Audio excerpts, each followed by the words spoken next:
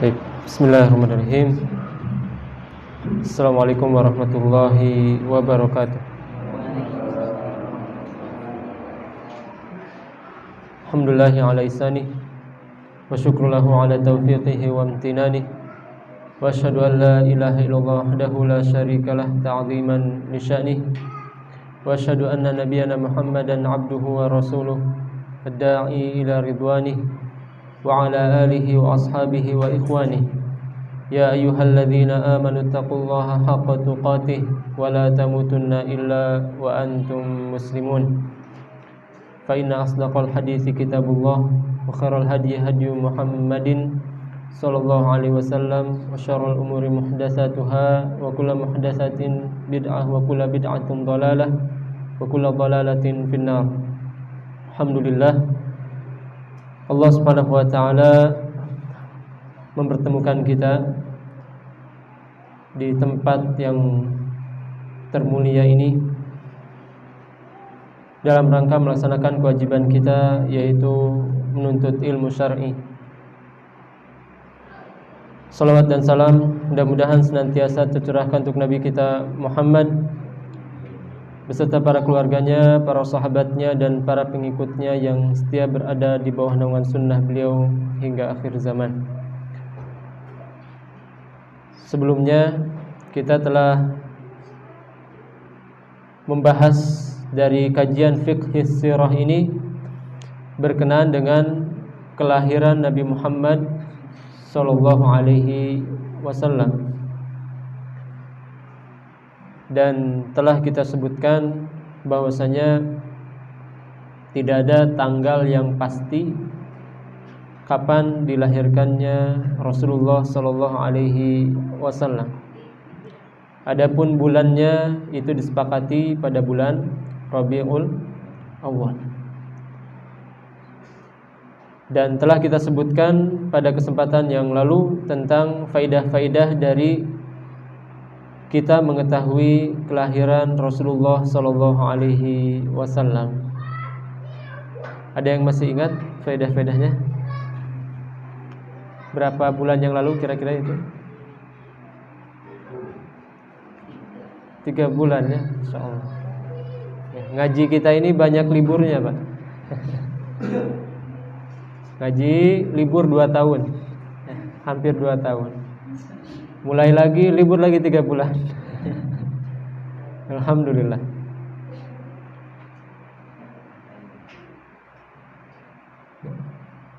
Di antara faidahnya telah kita sebutkan bahwasanya kondisi Nabi sallallahu alaihi wasallam yang yatim itu menjadikan beliau sangat mudah untuk membantu orang-orang lemah. Ya. Kemudian di antara faedah yang telah kita sebutkan juga bahwasanya ketika beliau tumbuh kembang dalam kondisi tidak memiliki kedua orang tua, ini ya memberikan pengaruh yang sangat besar terhadap dakwah, karena tidak ada orang yang berani untuk mengatakan bahwasanya Nabi SAW mengajarkan apa yang diwariskan oleh bapaknya. Tidak ada alasan lagi. Maka ya, hal itu menunjukkan kepada kita bahwasanya dakwah Nabi SAW adalah dakwah yang murni wahyu dari Allah Subhanahu wa ta'ala, bukan atas kehendak orang tuanya. Ini diantara faidah yang telah kita sebutkan pada kesempatan yang sebelumnya. Adapun pembahasan kita sekarang yaitu berkenaan dengan radha'atuhu sallallahu alaihi wasallam. Siapa yang menyusui Nabi Muhammad sallallahu alaihi wasallam.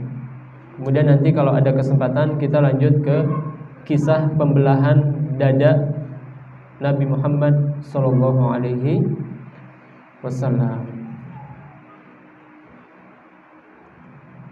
Kata Profesor Dr. Zaid bin Abdul Karim Az-Zaid hafizahullah ta'ala, kata beliau, ba'da wiladatihi arda'athu ummuhu Aminah 3 ayyam atau 7 ayyam. Setelah beliau dilahirkan, beliau disusui oleh ibunya yang bernama siapa? Aminah. Ya, kalau biasanya kita kenal itu siapa, Pak? Siti Aminah. Siti Aminah. Padahal namanya itu siapa? Aminah. Ya, Siti itu ini terutama orang Sunda ya. Siti itu singkatan dari Sayyidati. Sayyidati yang artinya nyonya. Ya, bahasa Arabnya itu nyonya. Ya, Sayyidati. Disingkat Sayyidati jadi apa? Siti. Dan banyak siti-siti di Sunda ini ya. Siti Aisyah, Siti Aminah, Siti Khadijah. Padahal aslinya itu apa? Sayyidati, dan itu bukan nama, tapi itu hanya panggilan gelar kehormatan. Sayyidati, nyonya. Jadi Nabi SAW setelah beliau lahir disusui oleh ibunya kurang lebih 3-7 hari. Disusui dulu oleh siapa? Ibunya, Aminah. Wa kanat hadanathu Ummu Aiman Birkatal Habasyiyah. Kemudian sempat juga diurus atau ditimang oleh Ummu Aiman. Ya. Summa arda'athu Thuwaibah.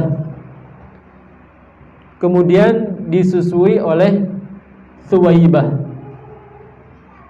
Thuwaibah ini seorang wanita mantan budak Abu Lahab. Ya, mantan budak Abu Lahab. Disusui beberapa hari. Oleh karenanya Nabi SAW mengatakan, arda'atni wa Aba Salamah Thuwaibah. Telah menyusuiku dan Abu Salamah itu Thuwaibah. Jadi Thuwaibah ini menyusui Nabi SAW bersama dengan siapa? Abu Salamah. Abu Salamah. Jadi Abu Salamah dengan Nabi SAW itu apa? Saudara sepersusuan. Oleh karenanya ketika ada kabar tentang bahwasanya ya terdengar kabar burung Nabi SAW akan menikahi bintu Abi Salamah. Ya, ada kabar burung bahwasanya Nabi SAW akan menikahi anak dari Abu Salamah. Maka Nabi SAW membantah hal itu. Ya, kata Nabi SAW, innaha laulam takun robibati ma hallatli. Kalaulah anak dari Abu Salamah itu bukan orang yang pernah saya urus, itu masih belum halal untuk saya nikahi. Innaha labnatu akhi minar roda'ah, karena dia itu anak dari saudara sepersusuanku. Ini kata Nabi SAW. Dan hadis itu terdapat di dalam Umdatul Ahkam, ya, yang dikarang oleh Al-Imam Abdul Ghani Al-Maqdisi rahimahullahu taala, yang disepakati kesahihannya oleh Al-Imam Al-Bukhari dan Al-Imam Muslim. Ya. Dan hadis itu luar biasa. Mungkin kita coba baca ya hadis tersebut. Ini hadis yang mungkin sebagian wanita itu agak kurang senang ya. Namun min babil ilm ya. Waalaikumsalam warahmatullahi. Kita bacakan saja hanya untuk menjelaskan kisah lengkap dari apa yang tadi saya sebutkan.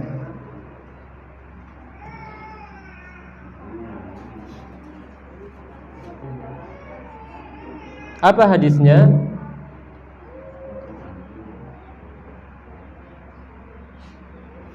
Ya. Nah ini. An Ummi Habibah binti Abi Sufyan, dari Ummu Habibah bintu Abi Sufyan. Dia berkata, "Ya Rasulullah, inkih ukhti ibnata Abi Sufyan." Wahai Rasulullah, nikahilah saudariku, yaitu anak dari Abu Sufyan. Ini yang berkata siapa? Ummu Habibah. Ummu Habibah itu siapa? Istri Rasulullah sallallahu alaihi wasallam. Nikahilah saudariku, anak dari Abu Sufyan. Kebayang gak Pak ini? Istri kita bilang ke kita, nikah sama saudariku. Ini saudari, ini sudah dinikahin. Faqala aw tuhibbina dzalik. Nabi SAW bertanya, kamu mau hal ini? Kemudian kata wanita itu, iya. Kata Ummu Habibah, iya. Lastu laka bimukhliyatin. Saya tidak mau, kita hanya hidup berdua saja. Wa ahabbu man syarakani fi khairin ukhti. Dan saya menginginkan orang yang sama-sama mendapatkan kebaikan adalah saudariku. Sama-sama menikahi Rasulullah sallallahu alaihi wasallam. Faqala Nabi SAW mengatakan, inna dzalika la yahillu li. Sesungguhnya hal itu tidak diperbolehkan untukku. Kenapa alasannya? Ya, karena tadi apa? Bintu Abi Sufyan, ya, itu tidak halal dinikahi oleh Nabi SAW, karena di dalam hadis yang lain Nabi SAW pernah mengatakan, la yajma'u bainal mar'ati wa ammatiha wa bainal mar'ati wa kholati. Ya. Tidak halal seorang menggabungkan antara istri dengan bibinya, baik dari jalur ibu maupun jalur ayah. Demikian juga tidak halal seorang menggabungkan seorang wanita dengan saudarinya. Wa antajma'u bainal ukhtaini, di dalam ayat Al-Qur'an. Dan tidak halal seorang menggabungkan antara saudari wanita dengan saudarinya. Ya, di satu waktu ya. Ya, misalkan fulan enggak ada di sini lah. Fulan nikah dengan fulana. Kemudian fulana ini punya saudari, dinikahi di satu waktu dua-duanya. Ini tidak halal dalam Islam. Ya, wa antajma'u bainal ukhtaini illa ma qad salaf. Kecuali sebelum turunnya ayat itu dia sudah menggabungkan kedua wanita yang bersaudari, maka itu sudah enggak masalah. Tapi setelah turunnya ayat itu tidak boleh seorang laki-laki menikah dengan wanita kemudian menikahi saudarinya sekaligus. Adapun kalau sudah wafat itu beda lagi. Ya. Oleh karenanya Nabi SAW mengatakan alhamul maut, ya, saudari ipar itu kematian. Maksudnya, ya, biasanya orang itu ketika berinteraksi dengan ipar itu biasa saja. Ya. Kita punya istri punya adik perempuan atau kakak perempuan. Ya, itu kan terkadang interaksinya itu biasa saja. Padahal itu bukan mahram kita. Tidak boleh kita sentuh berdua-duaan, ya, masuk ke rumah, kemudian tidak ada siapa-siapa, kemudian hanya ada ipar kita, ini tidak boleh. Nabi SAW mengatakan alhamul maut, saudari ipar itu penyebab kebinasaan. Kenapa? Karena biasanya orang menganggap biasa, biarinlah itu makan saudari iparnya, gak apa-apa berdua di rumah juga. Subhanallah. Ya. Maka ya, hadis yang mulia itu menunjukkan kepada kita bahwasanya tidak boleh seorang menggabungkan. Dan wallahu alam, mungkin Ummu Habibah ketika itu belum tahu akan hukum hal ini. Kemudian kata beliau, fa inna nuhaddatsu annaka turidu an tankiha binta Abi Salamah. Sesungguhnya aku mendengar kabar burung bahwasanya engkau wahai Rasul ingin menikahi bintu Abi Salamah. Ini bintu Abi Salamah yang kita ceritakan sekarang. Maka kata Nabi SAW, bintu Ummi Salamah, anak dari Ummi Salamah. Qultu na'am, iya. Nabi SAW mengatakan, innaha law lam takun rabibati fi hajri ma hallat li. Sesungguhnya kalaulah dia itu bukan orang yang pernah saya urus. Rabibah. Rabibah itu apa, Pak? Rabibah itu kalau kita dengar itu biasanya di Indonesia dengan istilah anak tiri. Ya. Seorang nikah dengan janda. Janda punya anak. Ya, dikenalnya apa?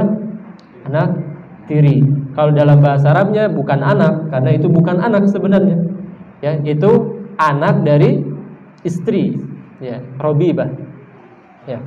Rabibah ini dia menjadi mahram kalau seseorang sudah menikah dengan ibunya dan sudah bercampur.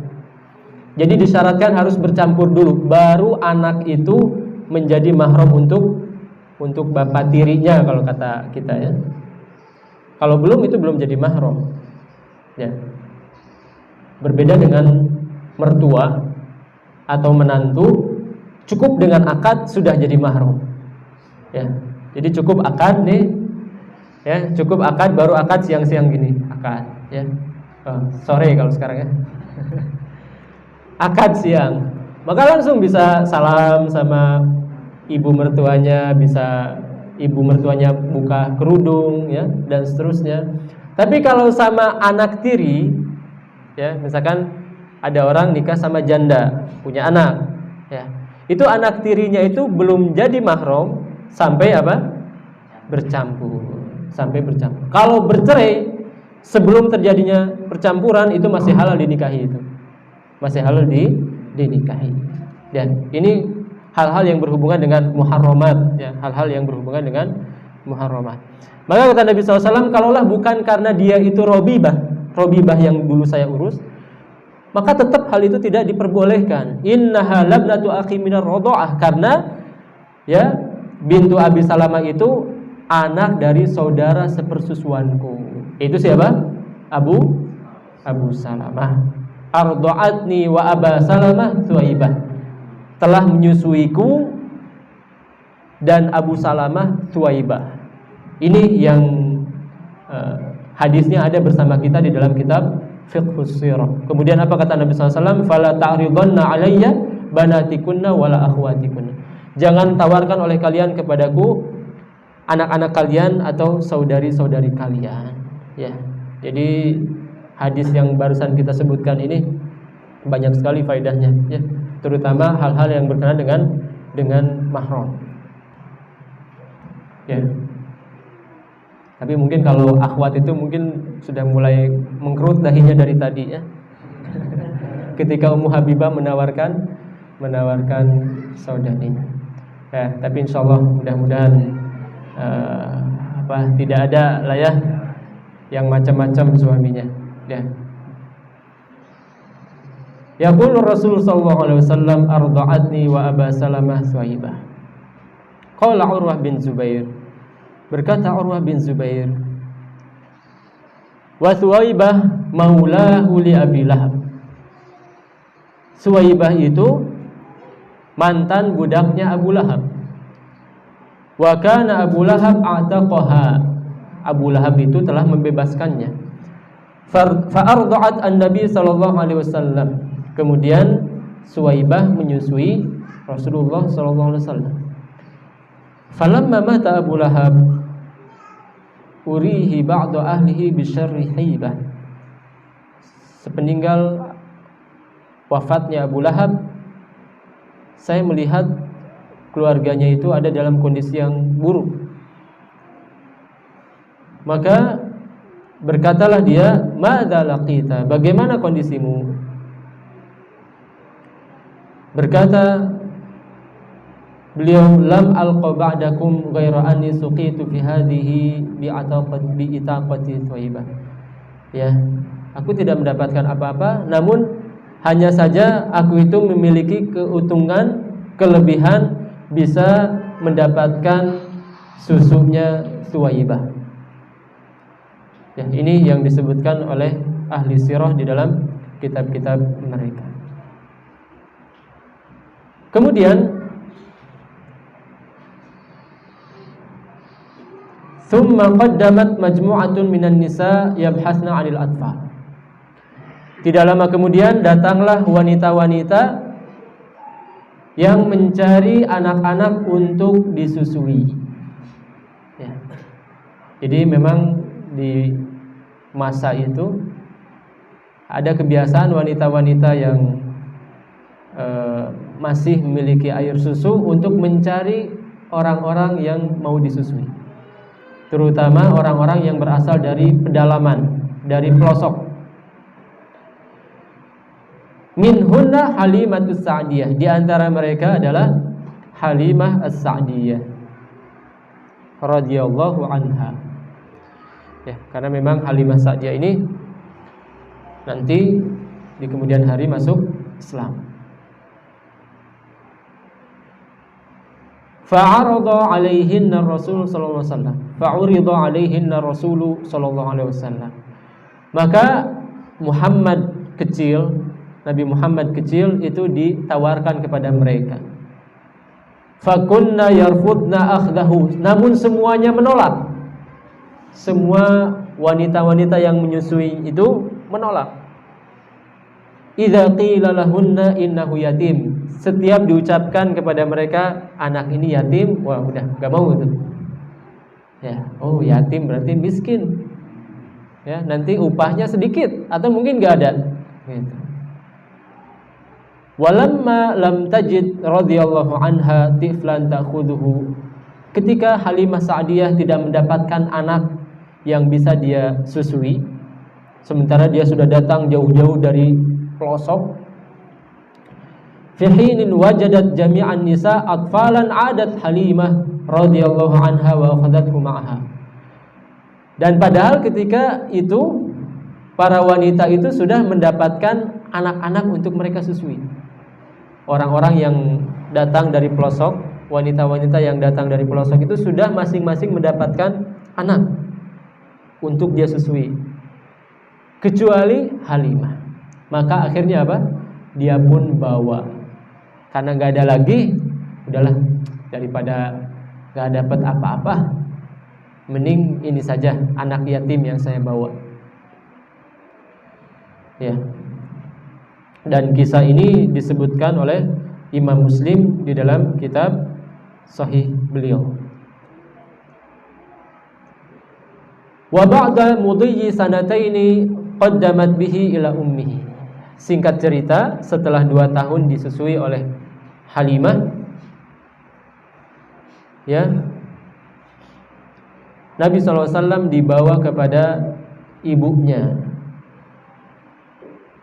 Namun Halimah itu sangat bersemangat untuk menjadikan Nabi Muhammad SAW yang masih kecil itu senantiasa tinggal bersama dia. Lima yarawna fihi minal barokah, karena mereka melihat kebersamaan Nabi SAW bersama mereka itu menimbulkan keberkahan. Ya. Jadi mungkin yang sebelumnya rizki mereka itu seret, ketika Nabi Muhammad SAW tinggal bersama mereka, jadi lancar rizkinya. Ya, makanan melimpah ruah, kemudian susu kambing, daging kambing, kesehatan dan yang lainnya itu semuanya mudah mereka dapatkan. Falam tazal biha hatta wafaqat ala raddihi ma'aha. Senantiasa Halimah Sa'diyah itu membujuk ibu Nabi Muhammad SAW, Aminah, untuk senantiasa bersama dia, sampai akhirnya Aminah pun menyerah. Ya sudahlah, bawa lagi. Ya. Dan sebagaimana kita ketahui, bahwasanya Halimah Sa'diyah ini tinggal di pedalaman yang sangat jauh dari kota, ya, sangat jauh dari kota. Dan kisah penyusuan ini ya diceritakan secara lengkap di dalam kitab Sirah An-Nabawiyah karangan Ibnu Hisham rahimahullahu ta'ala. Ada beberapa faedah yang bisa kita ambil dari kenapa Nabi SAW ini disusui di tempat pedalaman oleh siapa tadi namanya? Halimatus Sa'diyah. Ya, Halimatus Sa'diyah. Ini banyak sekali faedah yang bisa kita ambil. Yang pertama, anna fi radha'atihi sallallahu alaihi wasallam fil badiyah ba'idan 'anil Madinah tajannuban lil awbiyah wastifadatan min manakhil badiyatis sihhi. Disusuinya Rasulullah sallallahu alaihi wasallam di pedalaman jauh dari kota menjadikan Nabi Muhammad SAW terhindar dari virus yang biasa menyebar di kota. Ya, biasanya kan kalau di kota itu banyak penyakit, ya. Kalau di kampung itu kan jauh itu biasanya dari penyakit. Makanya kan corona itu kalau ke kampung jarang nyampe, ya. Kalau di kota itu banyak tuh. Paling kalau ke kampung itu jarang kita dapatkan orang yang pakai masker, ya. Mereka bilang apa? Corona mah mual nepi ka dieu. Corona itu nggak akan nyampe ke sini, subhanallah. Saking pedenya mereka. Ya, jadi memang biasa, ya, di kampung itu jauh dari yang namanya penyakit itu biasa, Pak.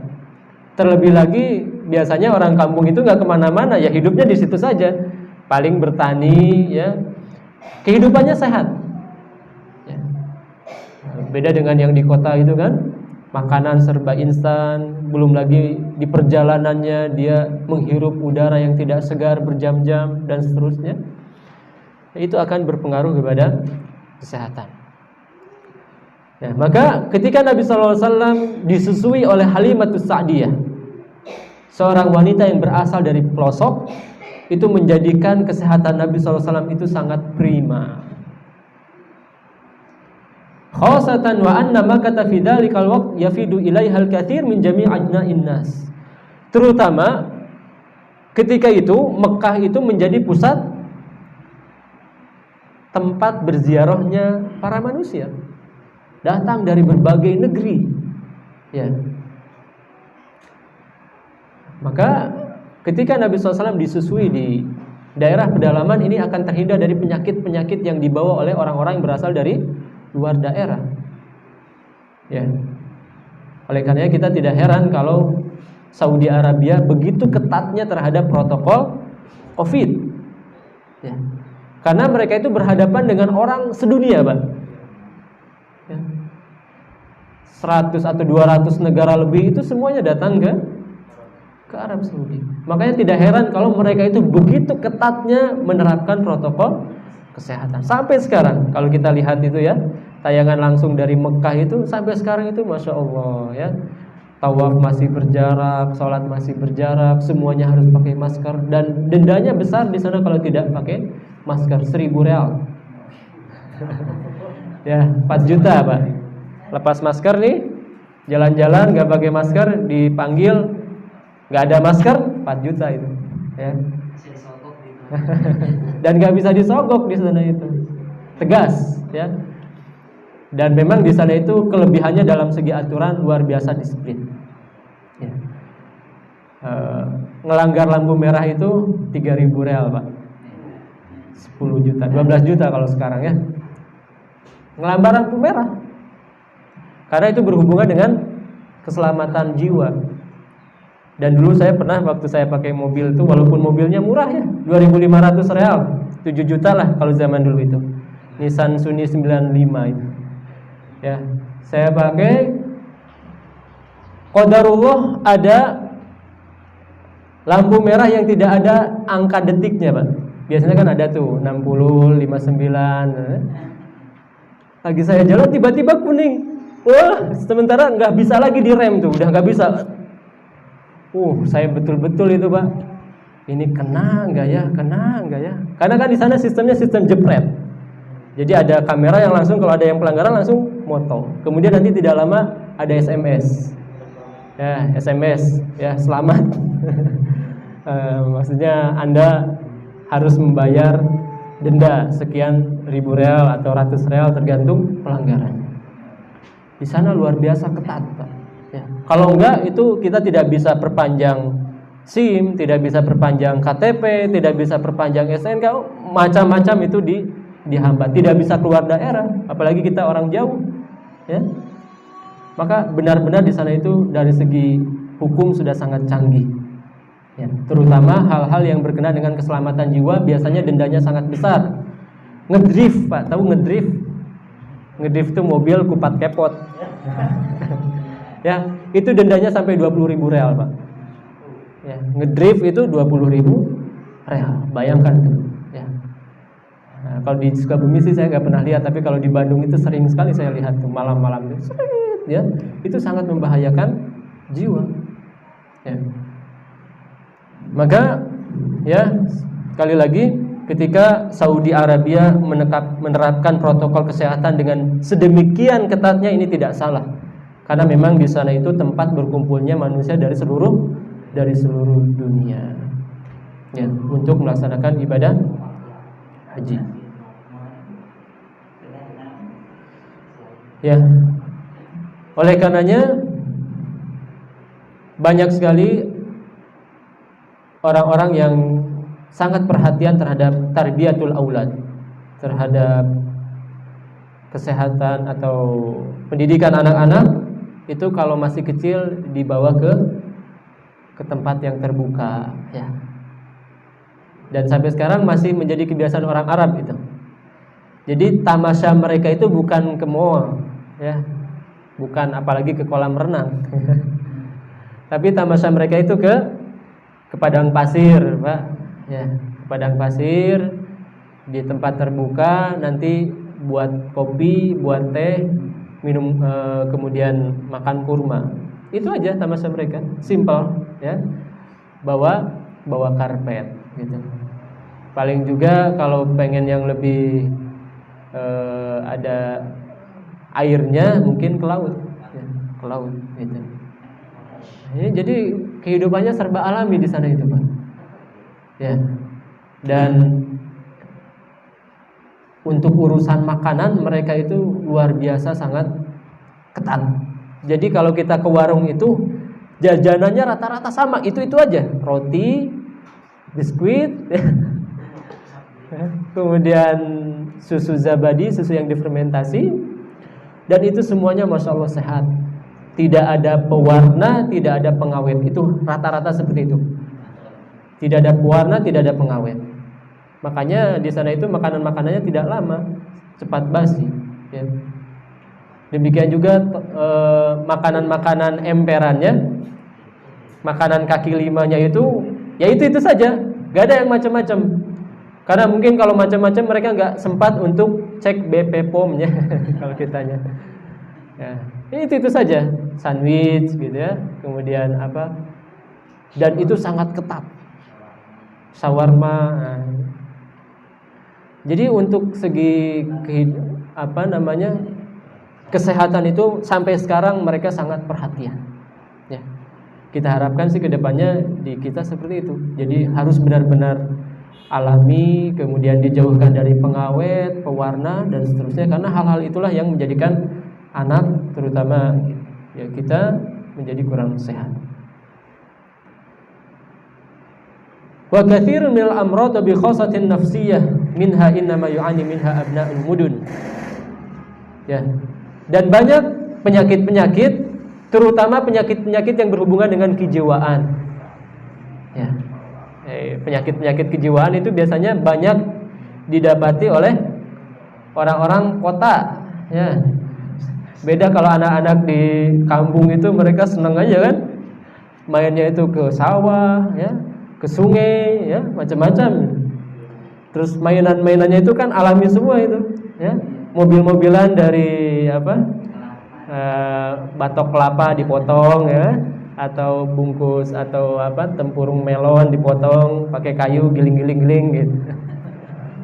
Nah, subhanallah bahagia, dan itu dulu kita rasakan. Ya. Sekarang sudah mulai pudar karena ini ya. Jadi semuanya kurang lebih sama sekarang, Pak. Ya, di kampung dan di kota itu mirip. Saya pas pulang kampung terakhir itu ada anak kecil 2 tahun, rengek nangis-nangis, kirain mau apa, mau jajan apa gitu. Ternyata pengen kuota ya. 2 tahun, subhanallah. Sedih saya lihat. Ya. Jadi kata Profesor Dr. Zaid ini, banyak sekali penyakit-penyakit yang didapatkan oleh orang-orang yang tinggal di kota, terutama anak-anak mereka, karena tekanan kehidupan. Ya, terutama yang tinggalnya di pinggir jalan itu kan susah itu Pak ya. Susah mau main itu anak-anak itu, mau main ketabrak ya, sieun. Takut ketabrak.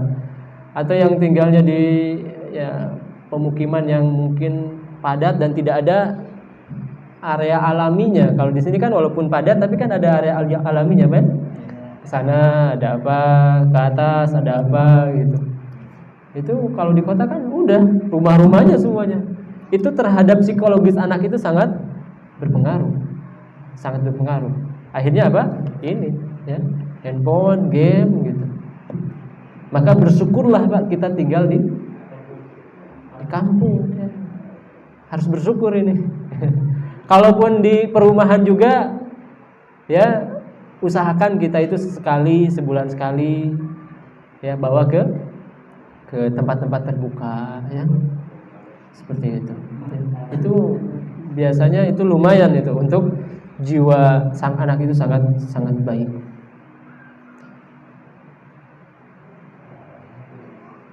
Ya. Dan diriwayatkan dari Abdul Malik bin Marwan, dia pernah mengatakan adharru bina hubbul walid. Ya. Kecintaan kami yang berlebihan kepada Walid. Walid itu anaknya ya. Itu menjadikan dia berkembang kurang baik. Li'annal Walid kana lihanan. Karena Al-Walid anak dari Abdul Malik bin Marwan itu bahasanya jadi kurang fasih. Ya. Wa kana Sulaiman fasihan. Adapun Sulaiman bin Abdul Malik fasih. Demikian juga saudara-saudaranya. Li'annal Walid aqama ma'a ummihi. Karena Walid itu tinggal bersama ibunya di kota mungkin ya. Karena kan biasanya raja itu tinggalnya di pusat kota. Adapun Sulaiman dan saudara-saudaranya itu tinggal di pedalaman. Nah, ini sama seperti Nabi SAW ketika kecil sampai agak besar tinggal dulu di pedalaman. Ya. Sakanul badiyah fata'arrabu. Mereka tinggal di pedalaman, akhirnya mereka mendapatkan bahasa yang masih murni. Ya, jadi biasanya kan bahasa yang masih murni itu ada di pelosok-pelosok ya. Ya, jangan jauh-jauh lah bahasa Sunda ya. Kalau mau bahasa Sunda asli itu ya cari ke pelosok-pelosok. Kalau ke kota-kota itu biasanya sudah mulai banyak perubahannya itu. Ya, sudah mulai banyak bahasa gaulnya. Itu. Maka ini diantara faidah di samping kesehatan juga, yaitu Nabi SAW tumbuh menjadi orang yang sangat fasih di dalam berbahasa karena tinggal semasa kecilnya di pedalaman. Kemudian faedah yang setelahnya, inna fi khuruji haula'il atfal il badiyah ta'widan lahum ala nutqis salim lil lughatil arabiyyah. Ini faedah yang kedua yang barusan disebutkan. Sesungguhnya ketika anak-anak dibawa ke pedalaman ketika mereka kecil, itu menjadikan bahasa mereka selamat dari kesalahan. Ya. Wa himayatan lahum minal lahan fiha, dan menjaga mereka dari kesalahan-kesalahan dalam berbahasa. Terutama bahasa Arab. Ya, bahasa Arab sekarang pun sudah mulai banyak terpengaruh dengan bahasa lain. Ya. Komputer, kemudian laptop, gitu ya. Padahal itu kan semuanya bukan bahasa Arab itu. Ya, komputer bahasa Arabnya al-hasubul ali, ya. Kemudian laptop al-mahmul. Tapi sekarang orang-orang itu sudah ya biasa laptop Android gitu ya. Smartphone. Itu orang Arab sudah mulai ya. Smartphone. Padahal aslinya apa? Jawal Zaki, ya. Jawal Zaki. Ya, telepon yang pintar gitu ya, telepon yang pintar. Dan guru kami Syekh Abdul Karim Al-Khudair, beliau ya pernah bercerita suatu ketika ya dia itu pengen kepikiran ganti jadi smartphone ya, smartphone. Ya, ini Syekh ini alim besar. Kemudian dia ganti smartphone. Baru dipakai, kemudian dia itu ingin buka matan ya. Matan An-Nuniyah Qahtaniyah. Matan dalam akidah untuk dia murojaah, untuk mengulangi ilmu yang telah dia hafal. Ya, makanya dia beli smartphone gitu ya, biar bisa sambil murojaah karena bisa buka PDF dan seterusnya. Atau ada aplikasi yang berhubungan dengan kitab tersebut. Ketika dia buka, tiba-tiba keluar iklan. Iklan wanita yang kata beliau telanjang. Ya, maka saya pun kembali lagi ke Jawal Gobi. Saya kembali lagi ke HP yang bodoh katanya. Jadi daripada pakai smartphone, mending stupid phone kata beliau ya. Nah, gak ada yang macam-macam. Karena memang betul Pak ya. Handphone kita ini kadang kita nggak setting. Ya karena internetnya nyambung, kita buka apa tuh file manager atau apa untuk buka galeri, tiba-tiba keluar iklan. Kadang iklannya itu yang aduh ya. Kalau iman kita lemah itu diklik saja itu ya, iklan-iklan yang tidak pantas untuk dilihat.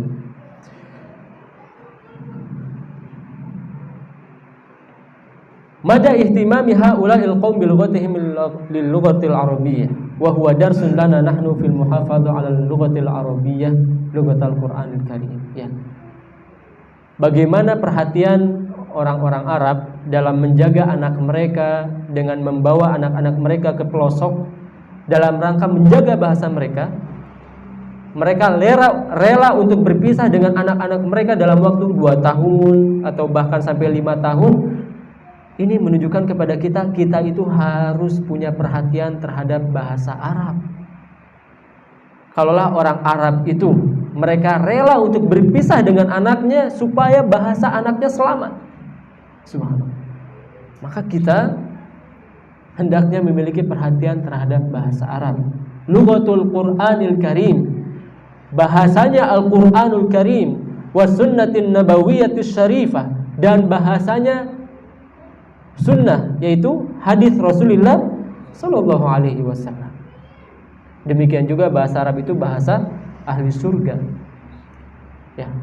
Maka ya sebisa mungkin kita berusaha untuk mempelajari bahasa Arab, Pak.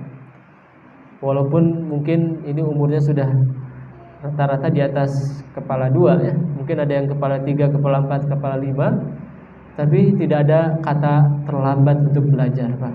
Terutama bagaimana caranya supaya ketika kita sholat, supaya ketika kita berdoa itu tidak hanya sekedar mengucapkan, tapi benar-benar kita mentadaburi apa yang kita ucapkan. Ini letak pentingnya kita mempelajari bahasa Arab. Syukur-syukur nanti kalau kedepannya ketika kita membaca Al-Quran, ya sudah tidak perlu lagi membaca terjemahnya. Karena beda Pak rasa antara baca terjemahan dengan memahami Al-Quran dari bahasa Arabnya. Keindahannya itu luar biasa, sangat nikmat. Ya. Maka ini menunjukkan kepada kita bahwasanya para ulama kita terdahulu dari kalangan para sahabat, mereka sangat perhatian terhadap bahasa Arab. Diriwayatkan dari Umar ibn Khattab radhiyallahu anhu dari Abu Musa al-Asy'ari, beliau berkata, amma ba'du, adapun setelahnya, fatafaqahu fi sunnati wa tafaqahu fil arabiyyah, hendaknya kalian mempelajari sunnah yaitu hadis dan pelajarilah bahasa Arab. Ini ucapan siapa? Umar bin Khattab. Demikian juga beliau pernah berkata dalam kesempatan yang lain, ta'allamul lahna wal faraid, belajarlah bahasa Arab dan ilmu waris. Fa innaha min dinikum, karena kedua ilmu itu bagian dari agama kalian. Ya, jadi syukur-syukur Pak kalau Bapak bisa sambil ikut pembelajaran bahasa Arab. Dan tidak mesti belajar langsung. Sekarang banyak sekali pembelajaran secara online dan sangat simple. 1 bulan bisa, ya, ada yang 2 bulan bisa, ada yang lebih pendek atau lebih panjang dari itu. Ya. Kenapa kita harus memahami bahasa Arab? Karena itu bahasa syariat kita. Ya, bahasa Al-Qur'an, Sunnah, dan bahasa kitab-kitab para ulama. Banyak sekali kitab-kitab para ulama yang belum diterjemahkan. Banyak sekali. Ya. Banyak sekali kitab-kitab para ulama yang belum diterjemahkan. Ya. Dan beda sekali lagi kenikmatan kita membaca kitab para ulama dengan memahami bahasa Arab dengan membaca terjemahannya. Karena terjemahan itu kadang dipas-paskan, Pak. Bagaimana caranya supaya pas. Ya, adapun bahasa Arab itu subhanallah, ya, luar biasa. Makanya tidak heran kalau Nabi SAW dipilih sebagai bangsa Arab, karena bahasa Arab adalah bahasa terbaik. Kemarin kita mendapatkan faedah dari pelajaran Ustadz kita, Ustadz Maududi. Segala sesuatu yang ada di dalam Rasulullah SAW itu terbaik. Ketika Nabi SAW dipilih menjadi bangsa Arab, maka bahasa Arablah bahasa terbaik. Ketika Nabi SAW dipilih menjadi orang yang hidupnya sederhana, maka kesederhanaan itu sebenarnya yang terbaik. Namun tentu tidak menjadikan kekayaan itu tercela selama tidak melalaikan dari akhirat. Makanya segala sesuatu yang ada di dalam Nabi SAW itu yang terbaik. Cara tidur yang terbaik adalah cara tidurnya Rasulullah SAW. Beliau tidur di awal malam, bangun di sepertiga malam terakhir. Itu cara tidur yang paling menyehatkan. Ya, dan makan sebelum itu. Kalau bisa malam itu sudah tidak banyak makan, Mbak. Ya, kalau bisa makannya itu sebelum maghrib. Dan ini kita rasakan betul. Sebagian santri kami yang kami urus di tahfiz itu, mereka makannya sebelum maghrib. Makannya sebelum maghrib. Rata-rata jam 3 sudah bangun. Dan mereka sudah mandi sebelum subuh. Kalau kita boro-boro, Pak, mandi ya dingin. Mereka itu subhanallah, ya. Dan itu atas kesadaran mereka sendiri. Itu yang, ya, alhamdulillah, ya. Di antara sebabnya itu apa? Makan sebelum maghrib. Kecuali kalau puasa ya setelah maghrib, ya. Namun kebiasaan mereka makannya sebelum maghrib. Jadi kalau bisa malam itu sudah nggak banyak makan apa-apa, Pak. Namun ini berat, Pak, ya. Biasanya berat itu. Ya. Kalau makannya sore sebelum maghrib, malam itu lapar lagi. Ya. Akhirnya nambah lagi martabak, ya. Nambah lagi bakso, ya, nambah lagi apa lagi, ya, macam-macam. Tadinya mau menyederhanakan makan, malah tambah berat lagi, ya. Iya, pemborosan lagi. Ya.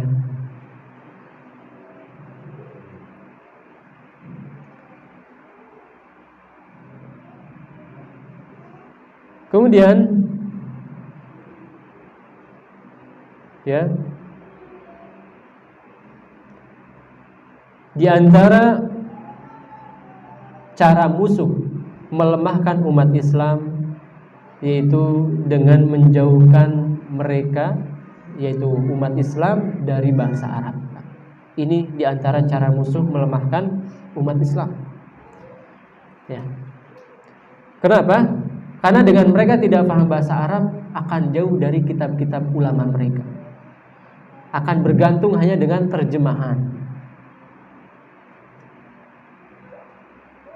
Padahal banyak sekali tadi sudah saya sebutkan kitab-kitab yang belum diterjemahkan.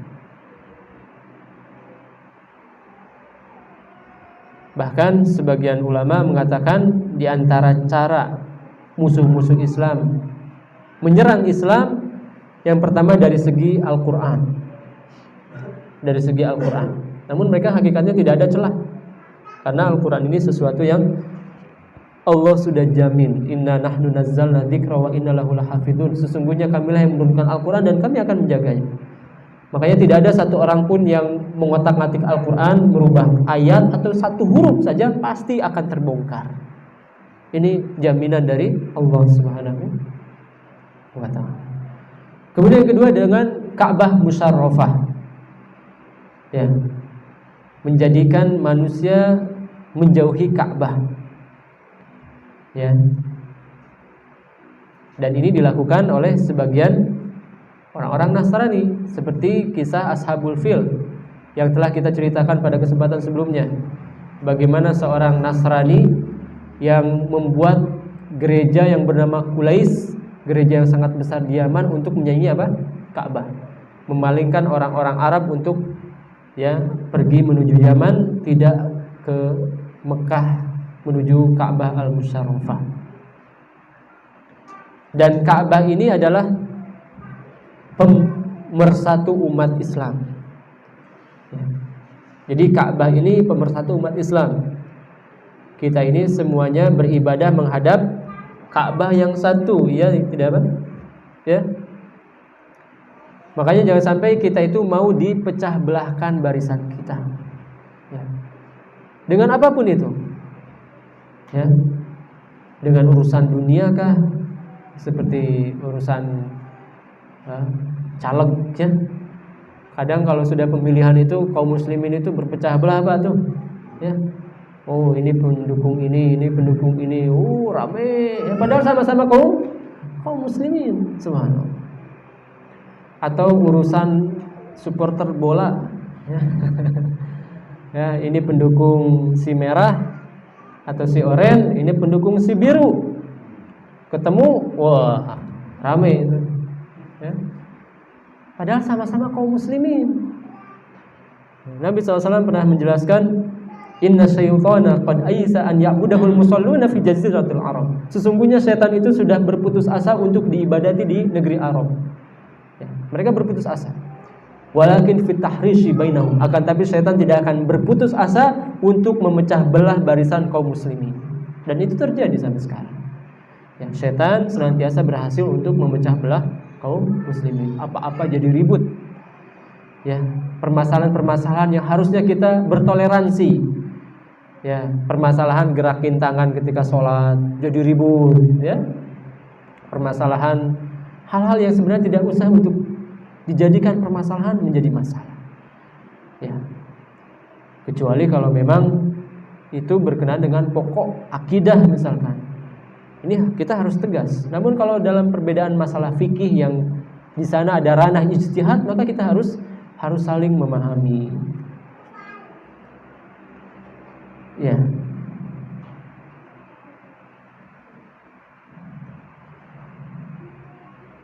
Kata beliau, kata saya di sini, sungguh saya itu telah berkunjung ke negeri-negeri minoritas Islam, Amerika, Britania, Brazil dan sekitarnya. Dan saya melihat, ya, mereka itu hidup dalam kondisi yang sangat lemah, ya, sangat lemah, karena memang mereka kondisinya minoritas. Namun mereka sangat semangat untuk mempelajari bahasa Arab. Mereka sangat bersemangat untuk mempelajari bahasa Arab. Ini kata beliau. Kemudian faedah yang selanjutnya, sya'allah subhanahu wa ta'ala an la yatayassar li Halimati radhiyallahu anha tiflun turdi'uhu. Walamma hammat bil khuruj min Makkah adat li akhdi Muhammad sallallahu alaihi wasallam wa la'alha kanat karihatan lidzalika fil bidayah.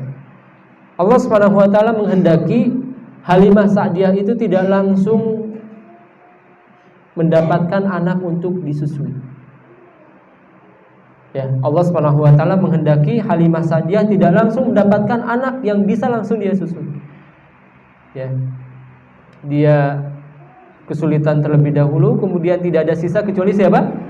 Rasulullah SAW baru dibawa. Ini ada pelajaran yang sangat berharga bagi kita, yaitu bisa jadi kita menginginkan sesuatu, meminta sesuatu, namun Allah berikan dengan bentuk yang lain. Ya, kita ingin sesuatu, namun Allah berikan bentuk yang lain. Oleh karenanya Allah Subhanahu wa taala berfirman di surat An-Nisa ayat yang ke-19, fa'asa an takrahu syai'an wa yaj'alallahu fihi khairan katsira. Bisa jadi engkau atau kalian membenci sesuatu, padahal di dalam sesuatu itu banyak kebaikannya. Ya.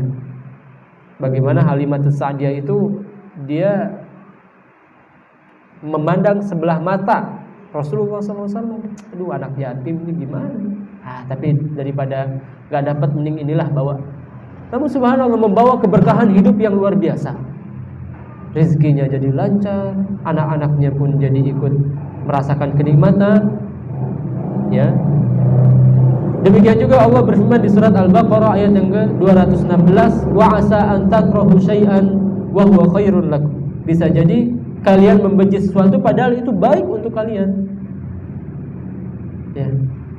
Banyak hal di dalam kehidupan kita, Pak. Ya.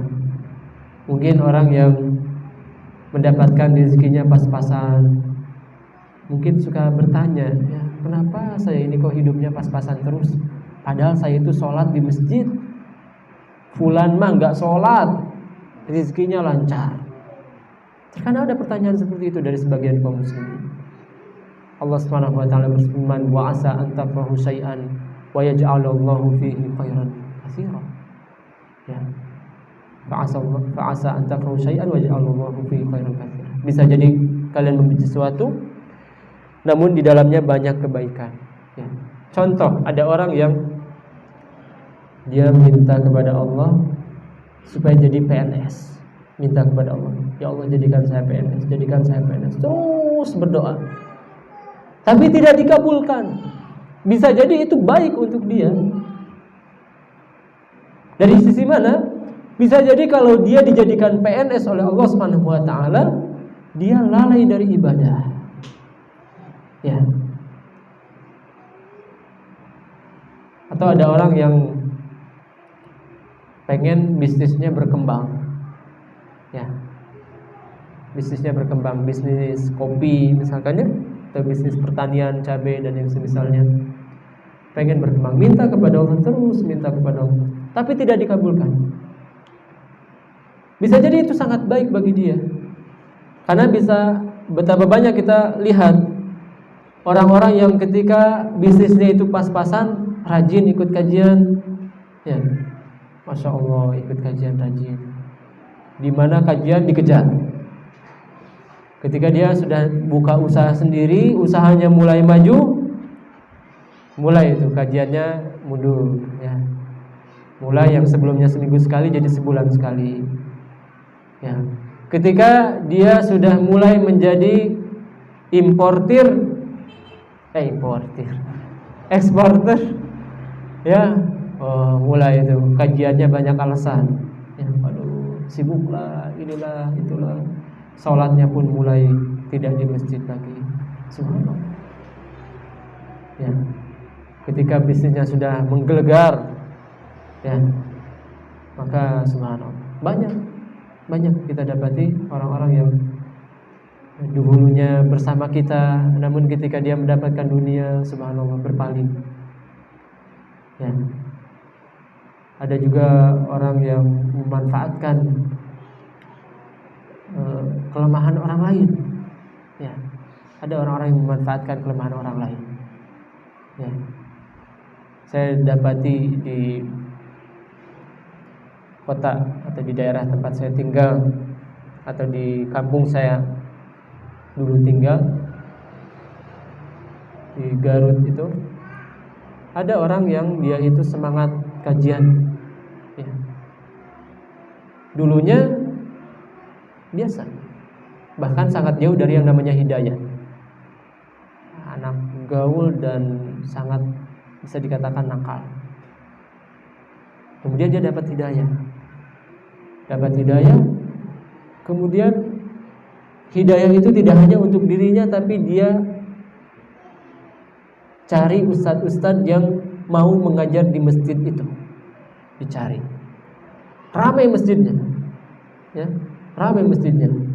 Dengan ustadz-ustadz yang mengajarkan ilmu sesuai dengan pemahaman hadis dan Al-Quran yang benar.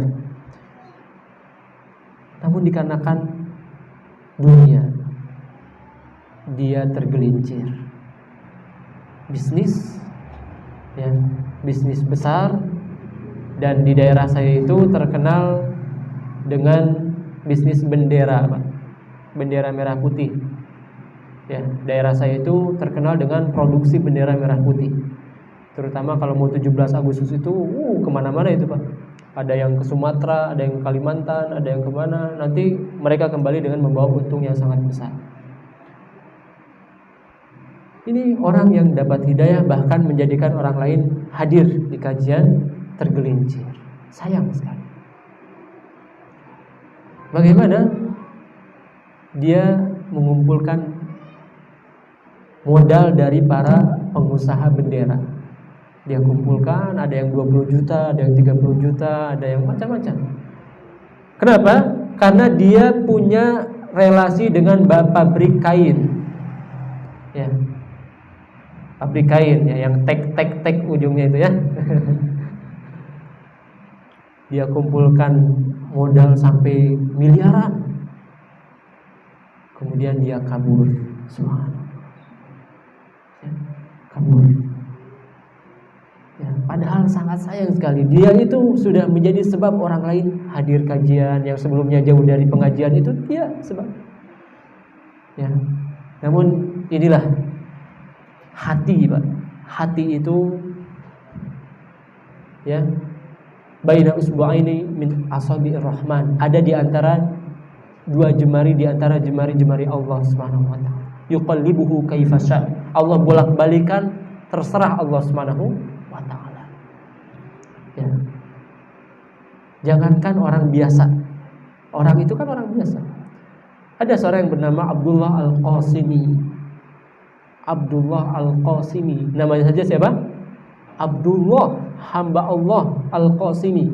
Sebagian orang mengatakan dia itu berasal dari Qasim. Ya, dari Qasim. Satu daerah yang ada di sekitar Riyadh, Saudi Arabia. Dia dari masa muda sampai SMA itu luar biasa, semangat dalam menuntut ilmu.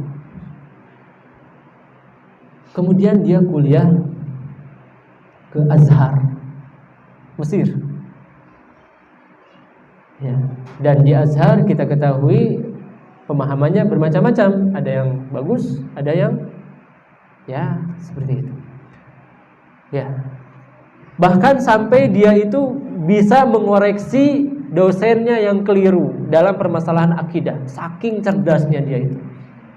Ya, ketika ada kesalahan dari sebagian dosennya, dia coba koreksi. Bahkan ada ya dosen atau sebagian syekh di Mesir itu yang mendukung pemahaman Syiah. Mendukung pemahaman Syiah, padahal Syiah ini jelas kesesatannya, Pak ya, mengkafirkan para sahabat, sholat hanya 3 waktu, kemudian banyaklah sekali perbedaan-perbedaan yang pokok dengan umat Islam secara umum. Ada sebagian dosen yang mendukung Syiah, maka dia tulis kitab yang berjudul As-Sira' Bainal Islami wal Wathaniyah, peperangan antara Islam dan agama kesyirikan. Yang dimaksud adalah agama Syiah. Karena Syiah itu agama kesyirikan, ya, menuhankan Ali bin Abi Thalib radhiyallahu taala anhu. Ya. Kemudian menjadikan Abdullah bin Saba, ya, demikian juga Abu Lu'lu'ah al-Majusi sebagai pahlawan dalam Islam. Padahal Abu Lu'lu'ah al-Majusi itu siapa? Pembunuh Umar ibn Khattab, mereka jadikan sebagai pahlawan. Subhanallah. Ya. Abdullah bin Saba, orang yang membawa agama baru yang diperangi oleh sebagian sahabat, mereka jadikan sebagai pahlawan. Maka Syiah itu agama kemusyrikan. Maka Abdullah Al-Qasimi menulis kitab untuk membantah gurunya itu. Namanya tadi apa? As-Sira' bainal Islami wal Wathaniyah. Peperangan antara agama Islam dengan agama kesyirikan. Kitab ini sangat dipuji oleh para ulama. Ya. Di antaranya adalah Imam Masjidil Haram. Subhanallah. Imam Masjidil Haram, bayangkan Pak, yang memujinya siapa? Imam Masjidil Haram memuji kitab karangan Abdullah Al-Qasimi. Namun sayangnya pujiannya itu terlalu berlebihan. Apa kata Imam Masjidil Haram itu? Qad ishtara al-Qusaymi bi thamanihil jannah. Sungguh Al-Qasimi telah membeli tiket surga dengan karangan bukunya ini. Subhanallah. Pujian yang terlalu berlebihan. Ya, kata Imam Masjidil Haram itu apa? Al-Qasimi telah membeli surga dengan kitab karangannya ini. Padahal dia masih hidup. Kita tidak bisa memastikan orang surga atau hidup. Namun ya, ini ketergelinciran. Ya, terkadang orang mengucapkan suatu yang keliru. Kemudian singkat cerita, setelah dia pulang ke Saudi, namun dia tidak mendapatkan penghargaan apa-apa dari kerajaan Saudi Arabia. Terutama mungkin di masa itu kerajaan Saudi Arabia masih miskin, tidak seperti sekarang ya. Negara yang kaya dengan minyak, banyak memberikan hadiah bagi orang-orang yang berjasa terhadap kaum muslimin ya. Maka dia marah. Saya nggak dapat penghargaan apa-apa ini di sini. Marah. Akhirnya apa? Dia kembali ke Mesir.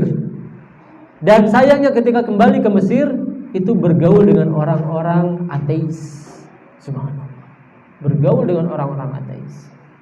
Kemudian dia pun berubah menjadi orang yang menentang Islam. Bahkan sampai berhasil membuat tulisan-tulisan yang menjelek-jelekan Islam. Ya, mengatakan al-Islam atau ya kurang lebih maknanya hadhihi al aglal. Itu di antara kitab yang beliau karang. Hadhihi al aglal. Inilah belenggu yang mengikat kami. Dia menjelaskan dalam kitab itu bahwasanya aturan-aturan Islam itu belenggu yang menjadikan manusia itu tidak akan berkembang. Subhanallah. Menjadi ateis.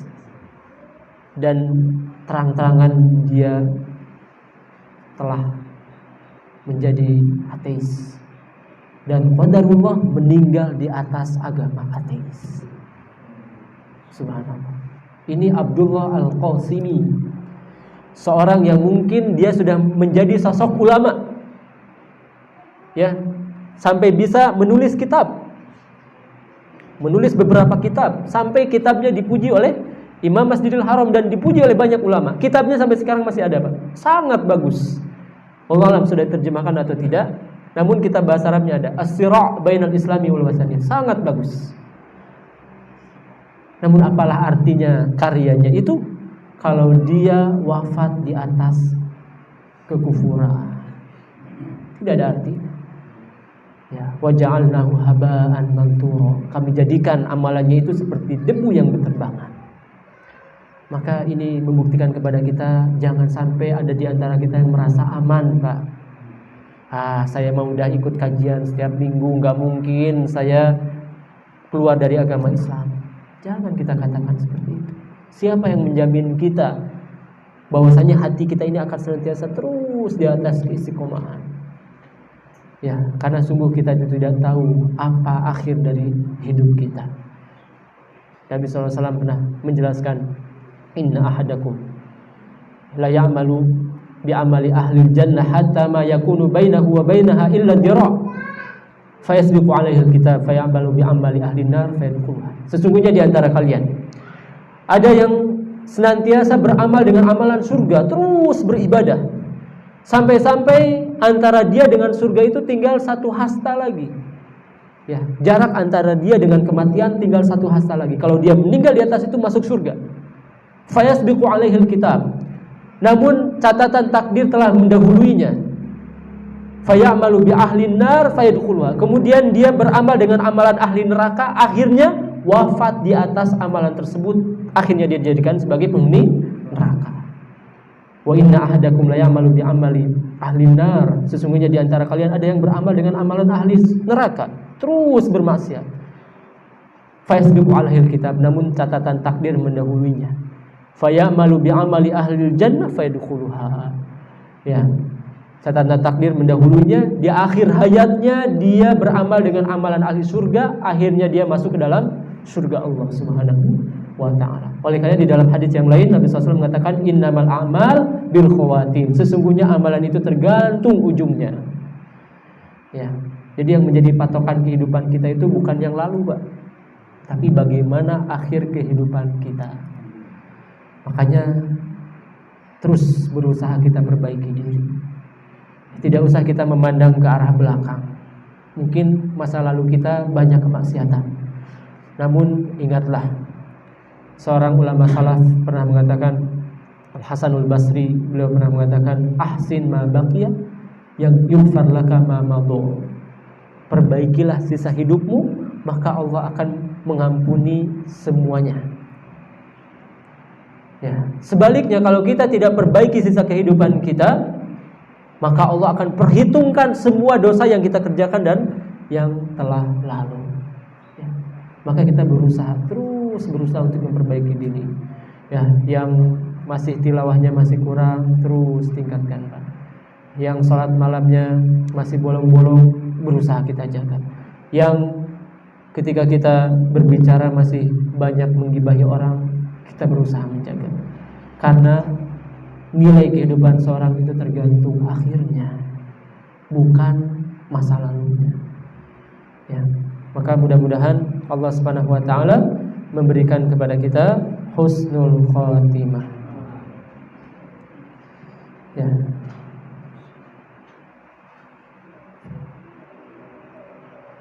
Kemudian di antara faidah yang disebutkan oleh Profesor Dr. Zaid bin Abdul Karim Zaid, kenapa Rasulullah SAW tinggal di pedalaman disusui oleh Halimah Sa'diyah, kemudian juga disusui oleh saudara atau mantan budaknya Abu Lahab. Ala qauli man qala inna in suqiya Abi Lahab bisababi itaqatihi li Thawibah lima basyarathu bi maulidi Muhammadin sallallahu alaihi wasallam yumkinuna an nastafid min dzalika ma fihi min isyarat ila makanati mahabbatin Nabi sallallahu alaihi wasallam wa anna hubba Abi Lahab lir Rasul sallallahu alaihi wasallam yauma wulida ja'alahu yasqa ma anna Abu Lahab kana musyrikan. Ya. Di awal kelahiran Nabi Muhammad sallallahu alaihi wasallam, Abu Lahab, paman Nabi sallallahu alaihi wasallam yang rupanya ganteng itu senang dengan kelahiran Nabi Muhammad sallallahu alaihi wasallam. Namun ketika dakwah ditegakkan oleh Nabi sallallahu alaihi wasallam, ya, kemudian Abu Lahab tidak mau mengikuti Nabi Muhammad SAW, bahkan memusuhinya. Ini membuktikan kepada kita bahwasanya kecintaan di dalam hal agama itu harus dikedepankan dari kecintaan hanya sekedar urusan kekeluargaan. Ya. Urusan agama ini harus menjadi nomor 1, Pak. Makanya, ya, jangan sampai karena urusan kekerabatan kita mengorbankan agama kita. Ya. Nggak apa-apalah, kita korupsi dikit, toh ini hasilnya akan dikasih ke keluarga juga. Subhanallah. Atau ketika keluarga itu bersalah, kemudian kita bela mati-matian padahal kita tahu dia salah, maka ini adalah sesuatu yang tercela di dalam syariat. Ketika salah kita katakan itu salah, walaupun itu saudara kita. Ya, oleh karenanya Nabi SAW pernah bersabda, la yu'minu ahadukum hatta akuna ahabba ilaihi min walidihi wa walidihi wan nasi ajma'in. Sungguh tidak beriman salah seorang di antara kalian sampai aku, kata Nabi SAW, lebih dia cintai daripada anaknya, orang tuanya, dan seluruh manusia. Ya. Jadi kalau udah urusan dengan agama, tidak boleh kita mendahulukan ucapan seorang di atas ucapan Rasulullah SAW. Aduh, ini kata orang tua saya nggak boleh ini. Tidak. Ini kalau sudah urusan agama sudah.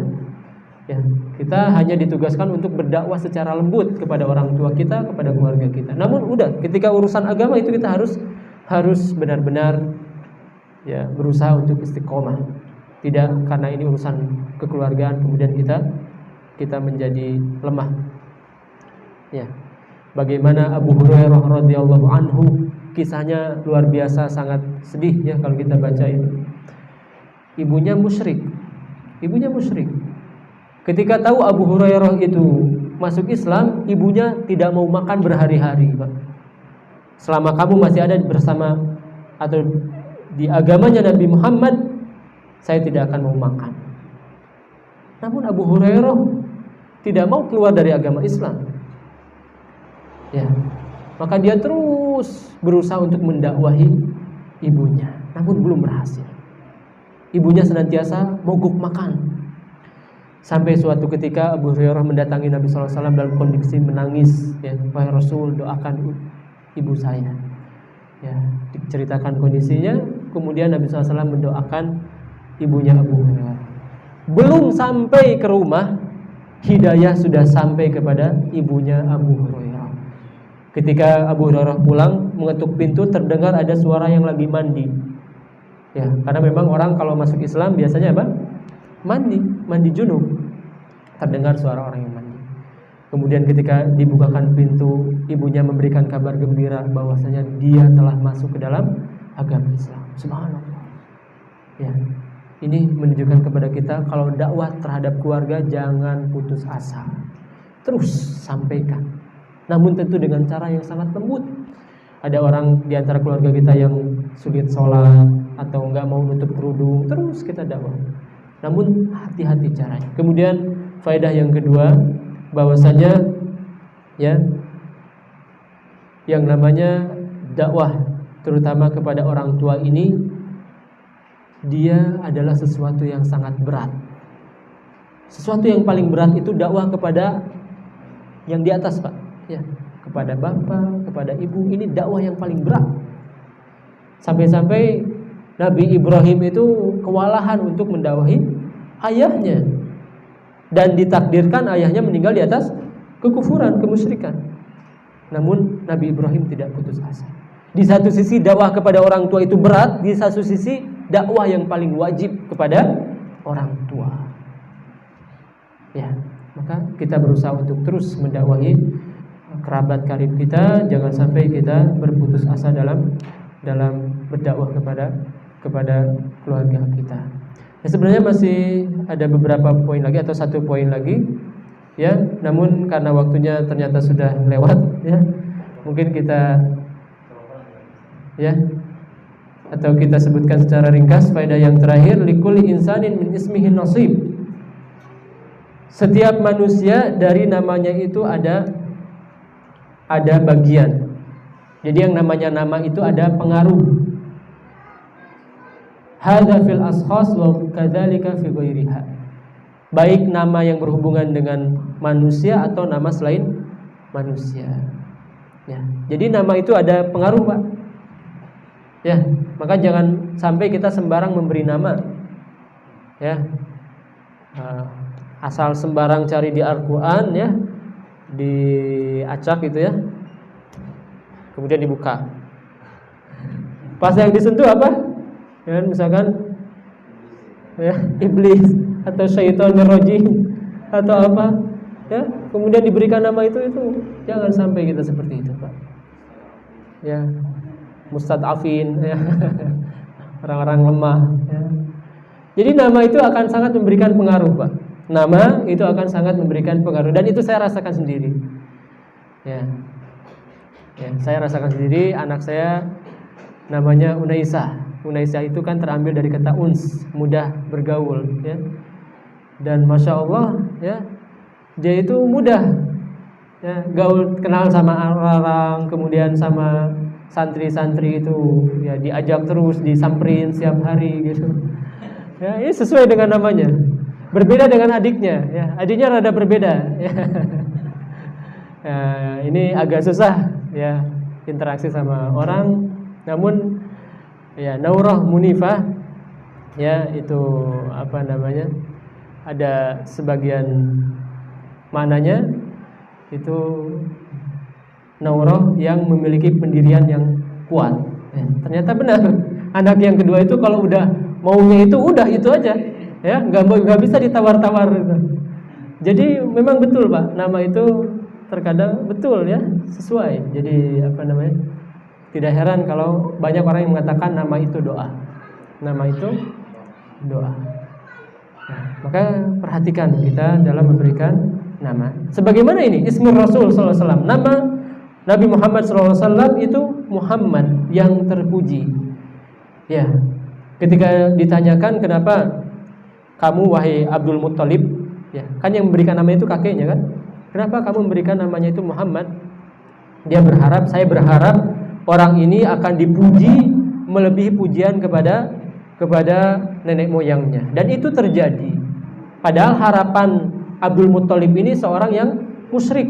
Ketika itu dia belum masuk Islam. Namun harapan dia terhadap nama Muhammad dikabulkan. Ya, maka betul dia itu orang yang terpuji baik di dunia maupun di akhirat, bahkan dipuji oleh seluruh manusia.